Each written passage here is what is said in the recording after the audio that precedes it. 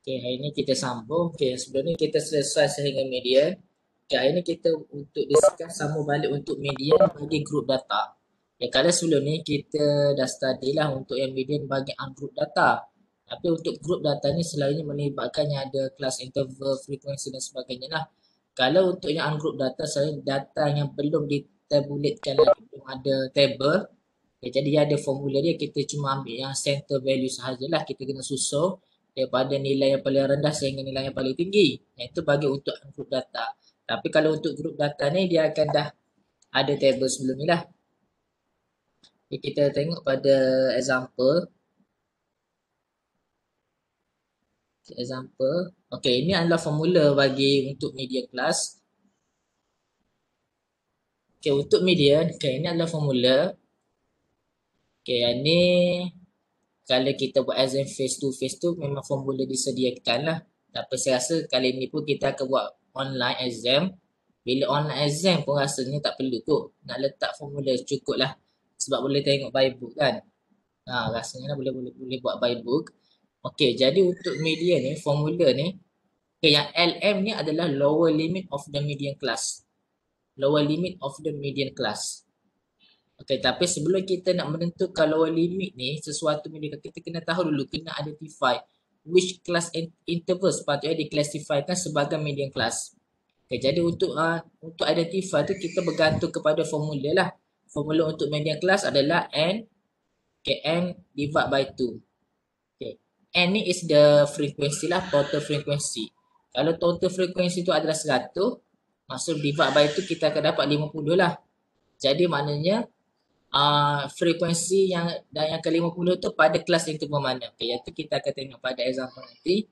Okay, yang ni Fn.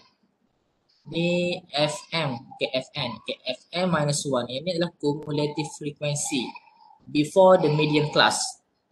Okay, full cumulative frequency before the median class. Okay, dan Fm ni adalah frekuensi bagi median class. Okay, yang ni adalah size of the median class. Size of the median class tu bergantung kepada size of the class interval lah. Kalau katakanlah kelas interval tu from 1 to 4. Okay, maksudnya C tu equal to ada berapa? 1, 2, 3, 4. Ada 4 lah maksudnya. Kalau 1 hingga 10, kelas interval C equal to 10. Okay, itu berdasarkan kelas size. Okay, dia akan berubah lah. Kalau katakanlah 1 hingga 4. Okay, lepas tu 4 hingga 5. 4 hingga 9 contoh kan. Okay, jadi 1 hingga 4 C kelas tu equal to berapa ni? Okay, 1, 2, 3. Maksudnya jadi 3. Sebab 4 yang di sini ni dah masuk pada 4 di sini. Okay. Dia lain yang ni sebab dia ada redundant. Dia ada redundant class interval. Kalau dalam case ni, kalau katalah 1 hingga 4. Lepas tu kita, pada second tu kita start 5 hingga 9. Okay, jadi yang ni boleh C equal to 4. Okay. Tapi kalau untuk yang masuk kelas interval masih menggunakan nilai yang sama, jadi 4 balik, okay, maksudnya C tu equal to 3. Okay, jadi kita kena hati-hatilah dari segi size of class. Sebab kebanyakan student dia akan buat mistake dekat sini lah. Dekat sini. Dia dah masuk betul lah dekat ni, tapi lepas tu silap dekat bahagian akhir ni. Okay lah, bila buat exercise tu perasan lah nanti. Okay, next. Okay, yang ni adalah contoh. Okay, yang ni tak dalam slide asal tapi saya dah masukkan. Okay, yang ni adalah katakanlah ni adalah soalan yang dibagilah. Okay, year of experience dengan number of employee. Okay, saya ambil daripada yang sebelum ni lah. Yang table sebelum ni. Okay, yang untuk kita calculate untuk mean sebelum ni lah. Okay, jadi selalunya untuk final ni dia akan bagi untuk year of experience. Okay, year of experience dia akan bagi dalam bentuk class interval dan juga frekuensi. Okay, jadi untuk frekuensi ni, lepas pada tu kita kena tengok balik pada formula. Okay, kita tulis sinilah formula. Okay, L plus M divide by 2 minus cumulative frequency before divide by frequency median class. Okay, darab dengan C class size. Okay, jadi L ni adalah lower limit. Okay, sekarang ni kita kena dapatkan untuk median class terlebih dahulu. Okay, median class N divide by 2. Okay, sekarang ni total frekuensi kita berapa? 120. Okay, jadi 120. Okay, bahagi dengan 2 kita akan dapat 60. Okay, jadi maksudnya median kelas adalah 60. Jadi sebelum kita nak tahu, kita tak boleh nak pastikan dekat sini 60. Kat mana 60 ni? Jadi kita kena create another column untuk buat cumulative frequency dan juga untuk position of data. Dan position data of data. Untuk cumulative frequency macam biasalah. Okay, kita start dengan 16. Lepas tu 16 plus 20 dapat 36. 36 plus 28 dapat 64. 64 plus 24 dapat 88. Okay, sampai last sekali kita dapat 120. Sama dengan total ni. Okay, jadi untuk position of data untuk next column, kita start dengan nilai 1 lah sebab kelas interval kita bermula dengan 1. Okay, jadi start dengan 1 dan berakhir pada cumulative frequency. Inilah nilai akhir bagi setiap position data. Jadi 1 hingga 16. Okay, lepas tu kita lepas pada 16 masuklah nilai baru 17. 17 hingga nilai akhir dia 36 sehingga 36. Dan lepas tu start baru nilai 37 hingga 64. Okay, lepas tu 64 masuk nilai baru jadi 65 hingga 88 dan begitulah seterusnya. Okay, ini adalah range bagi position of data. Jadi dalam kes ni kita dah dapat median kelas tu pada nombor 60. Okay, kita pun identify dekat position of data ni 60 tu pada kedudukan mana. Okay, kalau kita tengok sini yang ni tak boleh lah. Okay, pada sini kita tengok pada 37 dan 64. Maksudnya berada pada kelas ni 9 hingga 12. Okay, ini adalah median kelas kita. Okay, median kelas. Okay, jadi inilah median kelas. Jadi berdasarkan pada formula adalah lower limit. Jadi lower limit dekat sinilah. Kita tengok pada lower limit ni 9 dengan 8. Mana nilai di antara tengah-tengah ni adalah 8.5. Okay, lower limit bagi kelas median kelas ni adalah 8.5. Okay, jadi kita pun replace lah 8. Tengok formula senang. Okay, sini. Ya, saya tulis balik formula sempit. Jadi tak cukup ruang lah. L. Okay, L plus. Okay, N. Bagi dengan 2. Tolak cumulative frequency. Bagi dengan frequency. Okay, darab dengan C class size. Okay, lower limit kita dapat 8.5. Okay, 8.5 plus. Okay, N minus 2. N minus 2 adalah 60. Yang tadi median kelas tadi 60. Okay, minus dengan cumulative frequency before. Cumulative frequency before. Okay, yang ni adalah kelas interval. Cumulative frequency before adalah 36. Okay, yang before tu adalah 36. Okay, minus dengan 36. Okay, divide by frequency of the median class. Okay, frequency of the median class apa yang ni? Yang ni adalah frequency, median class dia adalah 28. Okay, bahagi dengan 28. Okay. Lepas tu size class. Okay, dan ni okay, ada 4 lah. 1, 2, 3, 4. Ada 4. 5, 6, 7, 8 pun 4. Mana size class adalah 4. Darab dengan 4. Okay, sebab kalau tengok sini pun tak ada redundant kan. Tak redundant. Kena tengok, kena hati-hati dekat sini lah. Okay, jadi C equal to 4. Okay, sekarang ni boleh kita pun solve. Dari solve tu dapatlah 11. Okay, 11.9 years. Okay, bergantung kepada kelas interval lah. Years of experience dalam kes ni. Kalau cerita pasal benda lain, number of books ke, okay, kena tulis bergantung kepada ni. Bergantung kepada nilai ni. Statement di sini lah. Untuk setiap kelas interval. Okay, boleh faham kan? Yang ni baru selesai untuk median class. Ada yang tanya untuk part ni? Ada? Okay. Tadi kita boleh proceed lah. Okay, untuk next. Okay, adalah tentang untuk mode. Kalau sebelum ni kita belajar mode untuk ungroup data berdasarkan highest frequency. Nilai kelas interval yang paling highest frequency itu dikonsider sebagai mode. Okay, dalam kes ni dia untuk group data. Okay, cara dia hampir sama lah. Cuma dia bergantung kepada formula kali ni. Untuk group data ni beza dengan ungroup ni. Group data ni bergantung kepada formula. Kalau ungroup data ni dia tak ada formula sangat. Okay, tapi kalau untuk group ni dia ada formula. Okay, ni untuk formula bagi mode. Okay, yang ni. Okay, ini adalah formula bagi mode class. Okay, mode for mode. Okay, yang ni L. Lower boundary of the class contain mode. Okay, L ni adalah lower limit ataupun lower boundary yang ada class contain mode.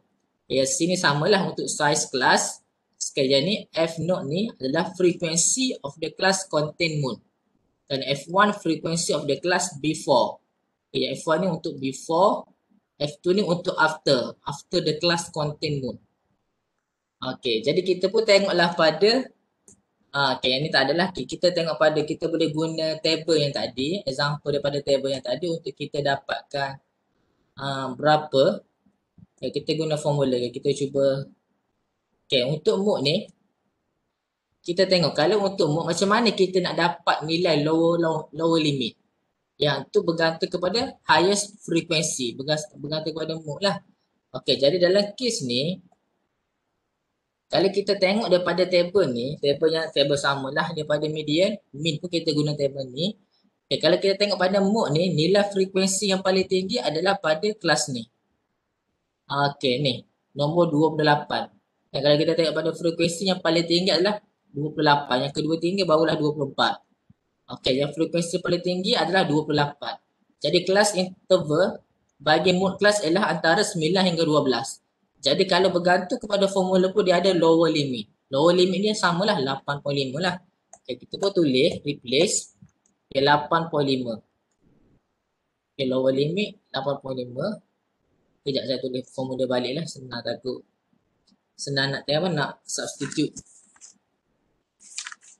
Okay, L plus okay, F0 minus F1 okay, divide by F0 minus F1 plus F0 minus F2 okay, darab dengan C. Okay, lower limit ialah 8.5. Okay, 8.5. Okay, ni F0 tu adalah class size. F0 adalah frequency of the class contain mode. Dalam kes ni frekuensi kita 28 kan. 28. Okay, yang paling tinggi tu. Lepas tu sebelum F1 ialah frequency of the class before. Frekuensi before. Okay, frekuensi before kita tengok. Okay, frekuensi ni before dia, before pada mode class adalah 20. Okay, selepas dia 24. Okay, before dia 20. Okay, maksudnya minus dengan 20. Okay, bahagi.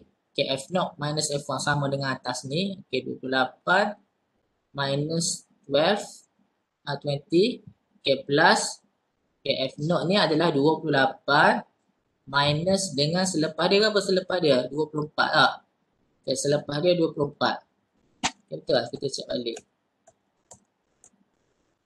Okay, selepas pada frekuensi adalah nilai 24. Okay, 24. Okay, 24. Okay, size kelas dia 4 lah, sama. Okay, cuba solve. Berapa dapat ni? Dapat berapa?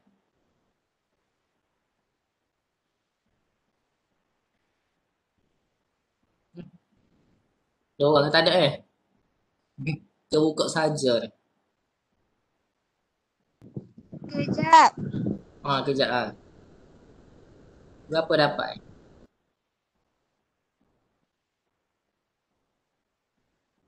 Okay, 11.167. Okay, 11.167. Okay, betul lah tu? 11.7. 11.167.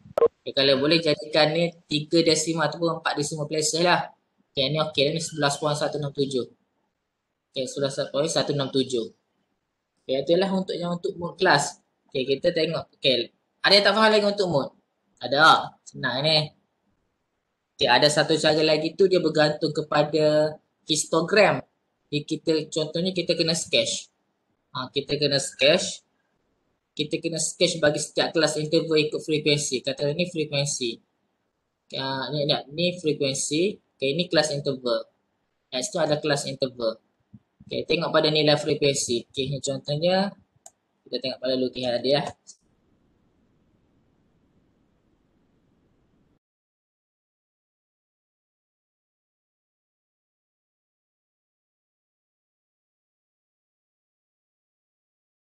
Lepas tu F ni, yang ni adalah frekuensi. Okay, untuk buat axis. Okay, 16. Kita pun agak-agak lalu okay, 16. Sini. Okay, lepas tu 20. Lebih sikit 20. 20 sikit lebih. Okay, lepas tu 28. Tinggi lagi 28. Lepas tu ada 24. Okay, tinggi sikit 24. Lepas tu 20. Lepas tu 16. 16 sama dekatnya yang itu 16. Lepas tu sebelah.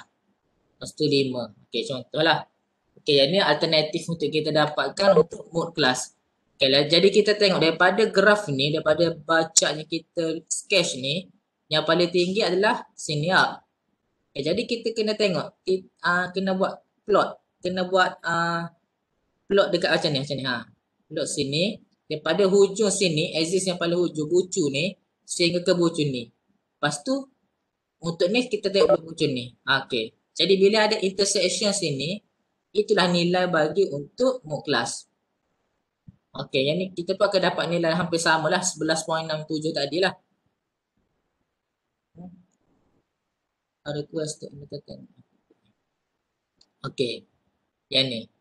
Okey, kita akan dapat nilai pun hampir sama lah dengan tadi 11.167. Tapi cara ni kalau diberikan kertas gerah, kalau dia bagi kertas gerah ke ataupun dia minta, bolehlah nak guna cara ni. Tapi nasihat saya bolehlah guna yang ada formula tadi lah. Result dia sama, cumanya kalau ni saya takut dapat nilai tak berapa tepat lah. Kalau kita lukis betul-betul, okey je. Takut kita lukis ni tak berapa nak betul. Ada baris pun belok garis. Sebab tak payah. Gitulah. Okey. Okey, dah selesai untuk mode. Jadi untuk skewness ni, macam saya pernah bagi tahu sebelum ni lah. Skewness ni sebenarnya salah satu approach untuk testing the normality. Sama ada data kita tu achieve normality ataupun tak. Sama juga dengan approach box and whisker plot yang sebelum ni lah. Okay, jadi diringkaskan lagi, saya tunjuk contoh macam ni lah. Okay. Kalau yang sebelum ni saya pernah bagi tahu, kalau nilai mean equal to median, okay, equal to with mode, okay, maksudnya normality is achieved lah, normality.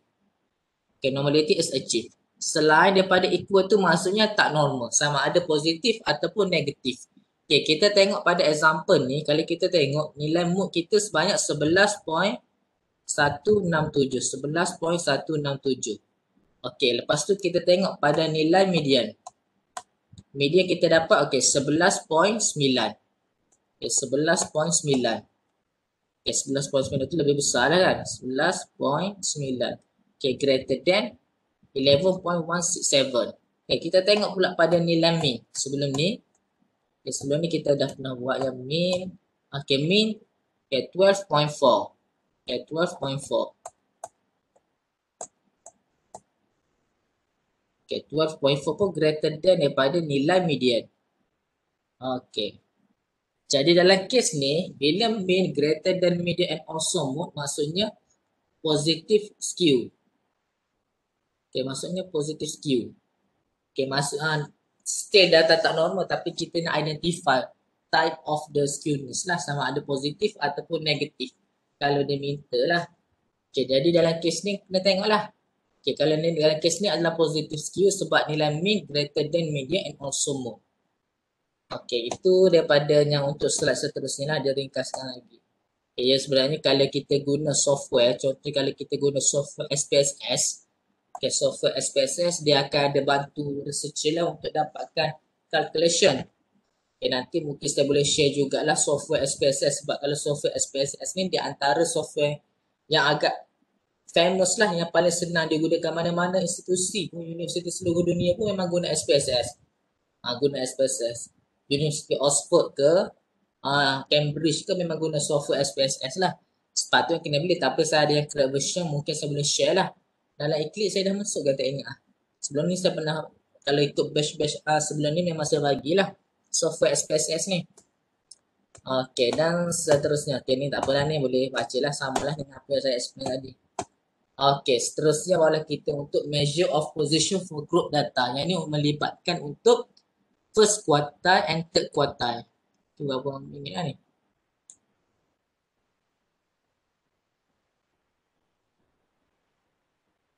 Okay. Minit dah. Okay. Yang ni melibatkan untuk first quartile and third quartile. Kalau sebelum ni yang first third quartile ni dia ada formula lah. Dia ada formula. Okay. Okay. Yang ni kita tengok pada formula terus lah. Okay. Yang ni untuk first quartile. Okay. Yang ni first quartile dan seterusnya untuk third quartile. Okay. Beza. Tak ada beza sangat dari segi formula. Cuma beza dekat sini sahajalah. 3n. Untuk third quartile dia darab dengan 3n lah. Kalau untuk first quartile ni dia n sahaja. N divided by 4. Okay. Jadi untuk measure ni. Kena L ni samalah. Lower limit. Lower limit for the first quartile class. Kena F1 ni adalah cumulative frequency before the first quartile class. Dan seterusnya F ni adalah first quartile class. Okay. Approach dia dari segi prosedur tu hampir samalah dengan yang sebelum ni, yang mode, yang median class. Kalau mode kita bergantung kepada formula. Tapi kalau untuk median class ada bergantung kepada table lah. Dan kalau kita tengok sini, tak ada ni. Tak ada table. Jadi kita contohlah, kita guna table yang tadi untuk guna calculation tu .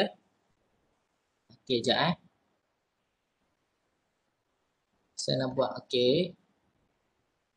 kita guna mana table.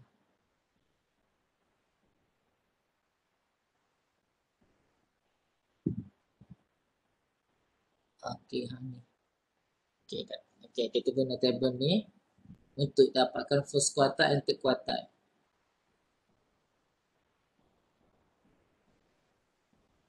Kita guna example table yang sama juga untuk dapatkan first quartile and third quartile. Yang ni formula. Saya tulis balik lah. Yang ni first quartile Q1. L1 plus N divided by 4 minus F1 bagi dengan F1. Ini darab dengan C1. Q third quartile tu sama Q3. L3 plus 3N. 3N divided by 4 minus F3 bahagi dengan F ni C. Ni F1. F1 ni F3.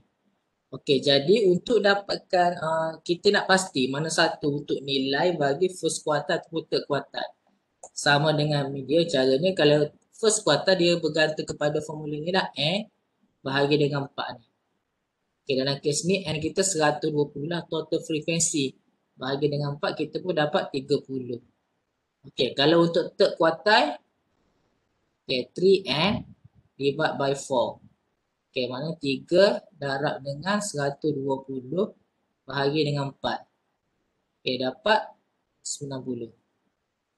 Dapat 90. Jadi untuk first quartile 30 dan third quartile 90 lah. Jadi kita kena create samalah dengan approach tadi. Kena buat position of data. Kalau untuk position of data ni kita tengok nilai 30 ni berada pada mana 30? 30 dalam range ni lah 30. Ni 30. Ni. Yang ni untuk Q1. Yang ni Q1. Kalau third quartile 90 dalam range ni. Range ni. Ni adalah third quartile. Q3. Jadi lower limit bagi Q1 ialah 4.5 lah sini. Sini 4.5, sini 16.5. Antara 16 dengan 7 lah 16.5 lah. Kalau Q1 4.5. Kita pun replace substitute. Lower limit 4.5. Plus. Jadi N minus N divided by 4 30 lah. 30 bahagi dengan F1. F1 tu adalah cumulative frequency before the first quartile. Cumulative frequency. Okay, jadi cumulative frequency before, cumulative frequency before ialah 16. Okay, 16. Cumulative frequency before adalah 16. 30 minus dengan 16. Okay, bahagi dengan F1. F1 adalah frequency of the first quartile. Okay, frequency of the first. Okay, kalau frequency of the first quartile inilah. Okay, frekuensi ini first quartile, frekuensi dia adalah 20. Okay, jadi bahagi dengan 20. Okay, darat dengan C kelas dia adalah 4 lah, kelas interval 4. Okay, cuba selesaikan berapa awak dapat ni untuk first quartile ni. Okay, dapat berapa tu?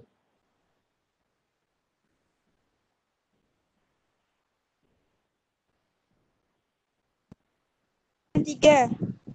Berapa? Berapa dapat? Tak dengar. 7.3. Ha, 7.3. Okay, 7.3 untuk first quartile. Okay, dan seterusnya pun kita pun guna sama. Okay, substitute lah. Okay, kalau lower limit bagi third quartile 16.5. Okay, 16.5. Okay, 16.5 plus okay, plus 3M tu 90. 90 minus dengan cumulative frequency before. Okay, cumulative frequency before adalah 88. Okay, minus 88 bahagi dengan F3, frequency of the third quartile 16. Okay, 16. Okay, jadi kelas integral dia adalah 4. Okay, apa kira? Dapat berapa?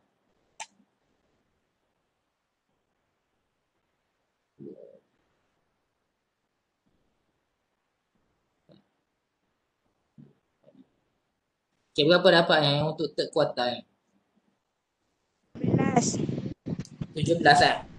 Okay, 17. Okay, jadi untuk third quartile kita dapat 17. Untuk first quartile kita dapat 7.3.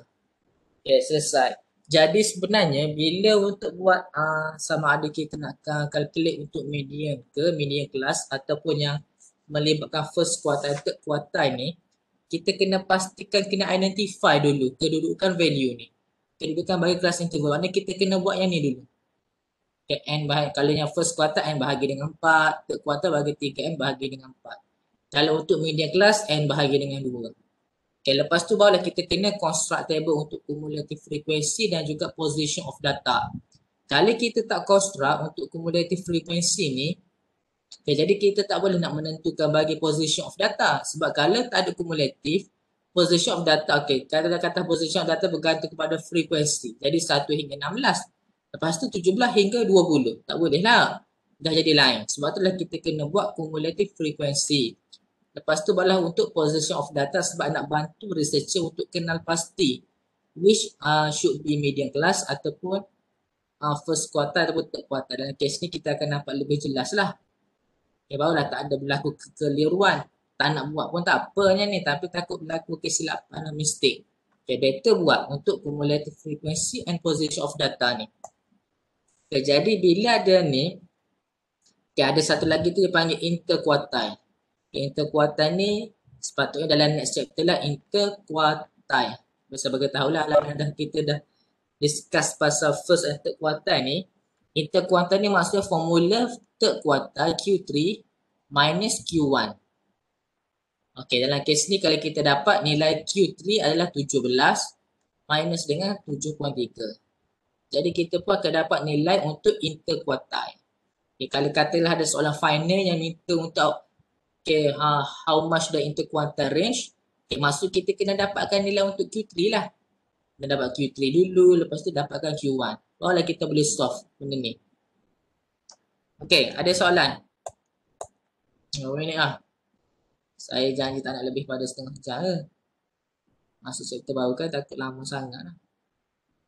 Ini pun hanya setengah jam. Okay, ada soalan? Tak ada eh? Okay, kalau tak ada, saya nak ni apa nak bagi tahu lah, nak saja nak minta ni Sebab saya cadang nak buat kuis pada minggu ni lah. Kuis hanya untuk chapter 1 sahaja. Okay, kuis hanya untuk chapter 1 sahajalah yang sebelum ni. Kalau saya nak buat malam, okey tak kelas ni? Sebab saya nak bagi standardize dengan kelas-kelas lain lah. Sebab kalau waktu online takut ganggu waktu kelas PNP yang lain lah. Kalau malam tu sekejap ya dalam pukul 9 sampai pukul 10 malam. Boleh? Okey boleh lah. Sebab kalau malam tu, tak ada gangguan. Lepas tu soalan yang saya buat ni senang je. Buat soal, saya rasa banyak buat soalan true and false je lah. Kalau true and false ni awak tak payah baca pun. Tak apa awak tanda true ke? Tanda true ke? Mesti ada sangkut yang betul tu. Tapi nasib lah kalau semua soalan false. Tapi selain mesti ada true and false kan? Okey. Jadi nanti kalau dah setuju ni okey lah. Okey, itu sajalah daripada saya. Okey, terima kasih. Assalamualaikum.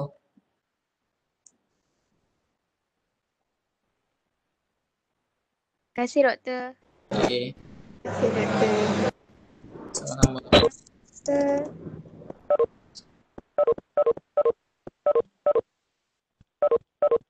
Thank you doktor. Terima kasih, Doktor.